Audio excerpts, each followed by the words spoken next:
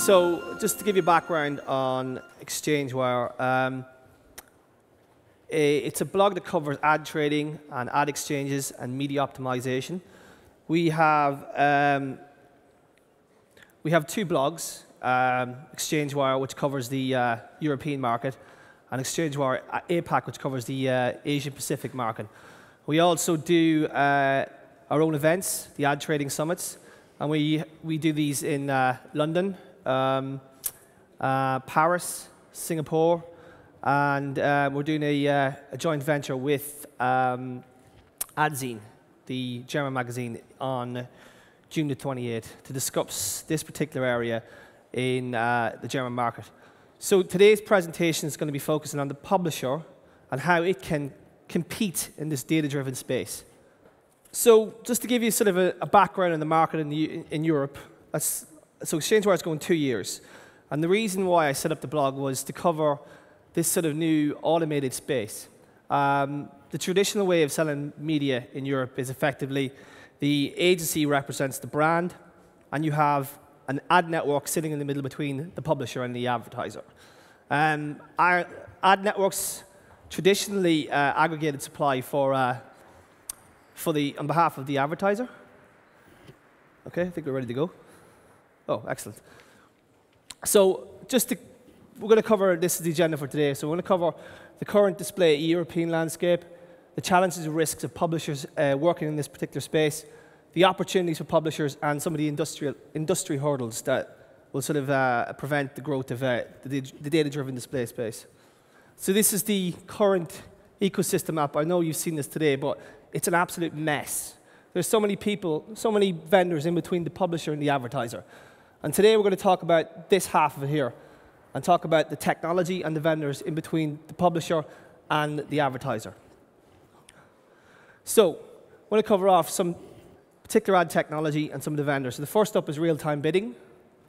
So real-time bidding, it's a game changer for the display space.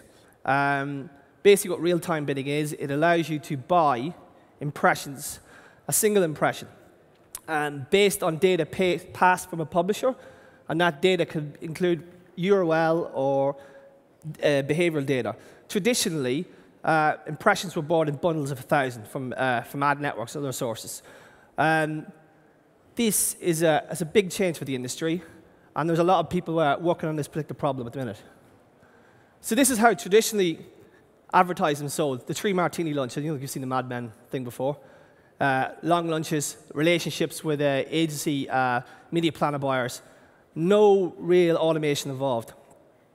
3 reasons for RTB adoption by advertisers. First, reduction of waste. Second, price transparency and inventory transparency. And third, real-time actionable data. These 3 things are contributing to greater efficiencies in display buys. More and more advertisers and agencies are looking towards this because traditionally the black box solution is where they never had this particular area or this particular area. And then reduction of waste is basically the real-time piece allows them to buy a single impression as opposed to a bundle of 1,000. RTB market in Europe is still relatively very small, between 120 to 150 million euro, but it's growing fast. I mean, that's from a standing start of 12 months ago. I mean, the market here in Europe, the display market, is about 4.4 billion, but we reckon RTB is going to grow very quickly vis-a-vis the total market. So these are the major players between the publisher and the new data-driven display space. First up, the ad exchanges.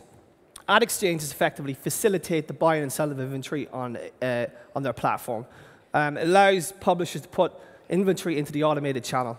Some of the people involved, or some of the big players in this space, include DoubleClick's ADX and Right Media Exchange, which is owned by Google and Yahoo, respectively.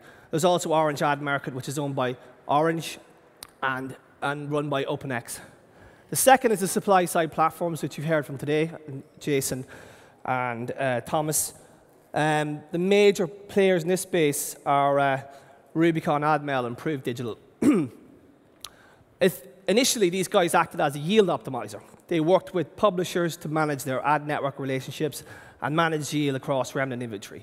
They've now sort of morphed into real-time bidding sort of channels, for publishers. So they help publishers to put inventory into real time so advertisers and agencies can buy it. The third of these is probably one of the most important. It's demand-side platforms. These guys came about 12 to 24 months ago. And effectively, what they've done is they've given the tools to advertisers and agencies and marketers to buy and aggregate supply, which was traditionally done by the ad networks. And these guys also have clever cookie syncing technology, which allows granular targeting of audiences and real scalable audience buying. They also have algorithms which help optimize across all this inventory. They're a pretty potent offering. So what's happened is these guys now are working with agency trading desks. So the agency trading desks are the platforms that agencies use to buy across these new inventory sources. So buying across Rubicon, AdMail, DoubleClick, Right Media. These guys are plugged into these sources. So the agency trading desk are fermenting this whole area. So in the US, sorry, it's starting to be scaled very quickly. In the UK, you can start seeing signs of strategies coming from the major agency holding groups. And I believe it's happening in France, and it'll soon happen in Germany as well. So the challenge and the risk of automation, the biggest risk to publishers in this space, working in this area, is sales cannibalization. So what that means is that publishers are afraid they may commoditize their premium inventory. So if they put the same inventory on an exchange and sell it for £10, there's a worry that that inventory has lost value and that their sales team won't be able to sell it the £100 CPM that they were expecting. Lack of understanding around pricing. It's imperative that publishers understand the value of their audience. That audience needs to be valued the right way so they can price themselves in an exchange. The third of these is data leakage. This is a major problem anyway, but it's publishers being properly compensated for data passed to advertisers and agencies in these real-time trades. But the opportunity is huge. There's access to huge volume of demand. Imagine a publisher now, if they put themselves through a real-time platform, the amount of demand sources they can plug into. So their sales team can only cover so much of the market. But if they plug into all these demand sources, and all these demand sources include agencies, agency trading desks, search firms, e-commerce, retargeters, ad traders. There's a massive amount there. They could actually make more money, which leads to higher CPMs because there's more demand in the actual exchange. Greater efficiencies, reallocate sales resources.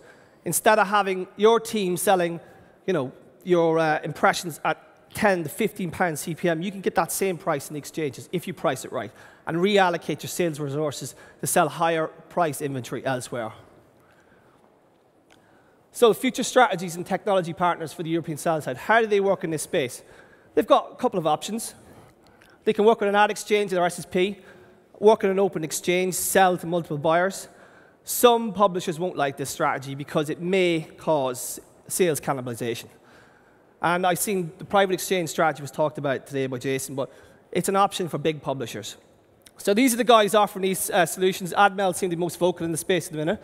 So a private exchange effectively is granular control over pricing and data and the trading partners on the on that private exchange. The third is a new concept, which I came up with last week. I wrote a post about it. It's called a publisher trading desk. This is pretty evolutionary in terms of how publishers trade. So what I was proposing is that publishers become the media buyers. Think about a publisher like the FT, has high sellout rate, has amazing audiences, but they haven't enough inventory for their clients. What I'm proposing was that the FT become the media buyer. The FT gets a DSP or an SSP and plugs into all these inventory sources and leverages its own data to become the media buyer. So the FT media trading desk, effectively, publisher trading desk.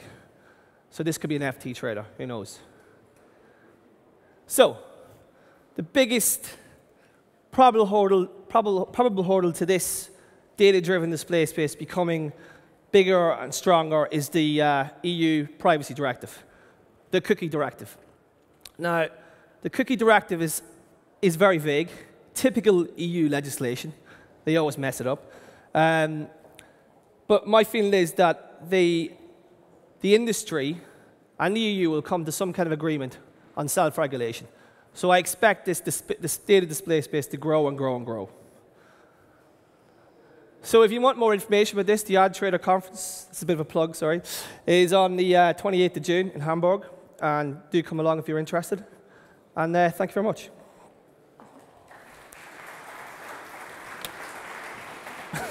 €5.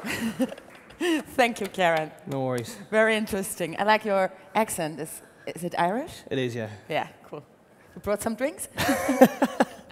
Any questions to Ciaran? Oh, you wow. might enjoy the rest of the conference, huh? I thought there'd be a few questions, but there you go. OK, thanks very much. Thank you very much.